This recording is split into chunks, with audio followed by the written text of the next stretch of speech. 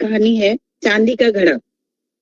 तो एक बहुत धनी व्यक्ति होता है, बहुत अमीर होता है, उसके एक बेटा होता है। तो वो उसका बेटे को वो बहुत कोशिश करता है सिखाए पढ़ाए, लेकिन वो अपना ठीक ठाक करता रहता है, लेकिन वो बहुत ज्यादा काम में उसकी सहायता वगैरह नहीं करता है। तो जब वो मरने लगता है तो उसको लगता है कि मेरा बेटा पता नहीं कैसे करेगा। तो वो मरते समय उसको एक बुलाता है कि चांदी बहुत बड़ा सा, बहुत ही बड़ा, उसके अंदर चांदी के सिक्के भरे हुए सारे। तो वो उसको देता है, कहता है कि ये चांदी का घड़ा है और इसकी खासियत ये है कि जब तुम ये चांदी के सिक्के सारे खत्म हो जाएंगे तब मैं तुम्हें एक प्रार्थना बताऊंगा। 4 शब्दों की प्रार्थना है।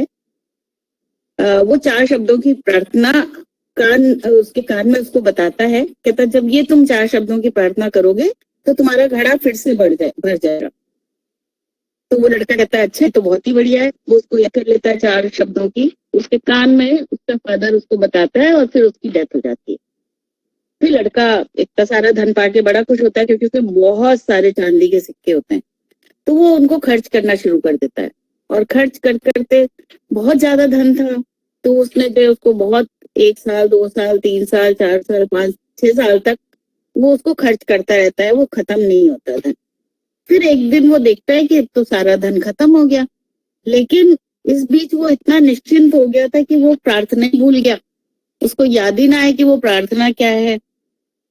तो उसने कहा कि वो कोई मुझे बताओ वो 4 शब्दों की कौन सी प्रार्थना है। उसने अपने दोस्तों से पूछा, कोई नहीं बता पाया। फिर उसने सोचा मैं पंडित जी से पूछता हूँ।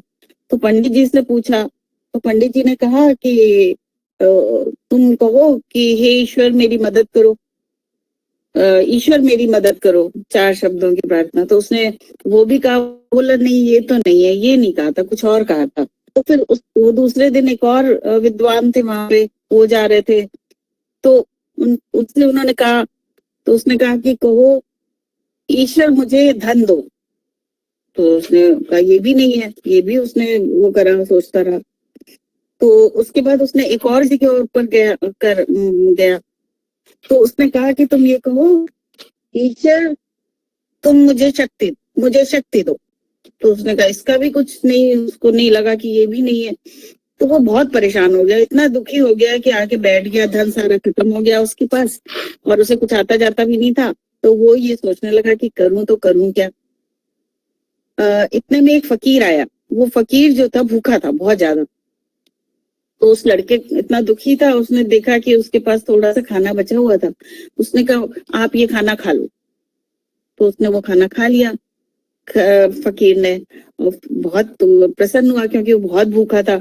उसने देखा उसकी तरफ लड़के को बड़े उससे कि हाँ भाई खाना खा लिया, और फिर हाथ ऊपर उठा के बोला ईश्वर तेरा धन्यवाद है। एकदम से लड़के को स्ट्राइक किया कि एक्चुअली वो 4 शब्दों की प्रार्थना यही थी, ईश्वर तेरा धन्यवाद हो। तो उसने कहा कि अरे यही तो वो प्रार्थना है, ईश्वर तेरा धन्यवाद हो। तो उसने जैसे ही ये एकदम से याद आ गया उसको, वो इतना खुश हुआ, उसने बोला उसको। तो बोलते ही उसका घड़ा फिर से चांदी के सिक्कों से भर गया और उसका एकदम से खुशी का ठिकाना नहीं रहा।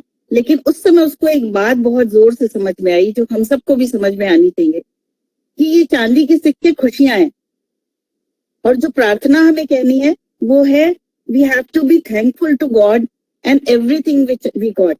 तो हर समय अगर हम ये प्रार्थना दोहराते रहें कि ईश्वर तेरा धन्यवाद हो, तो हमारी खुशी नामक चांदी के सिक्के हमसे कभी दूर नहीं जाएंगे और हमेशा हम मन में खुश रहेंगे। क्योंकि टाइम एक सा नहीं रहता, लेकिन अगर हम अपने मन में ये भावना लेंगे कि ईश्वर तेरा धन्यवाद है, मुझे जो आपने दिया उससे मैं बहुत खुश हूँ, मैं धन्यवाद है आपका, तो हमारे मन की खुशियां कभी खत्म नहीं होंगी। तो इसलिए ये कहानी मुझे बहुत अच्छी लगी कि उसमें जो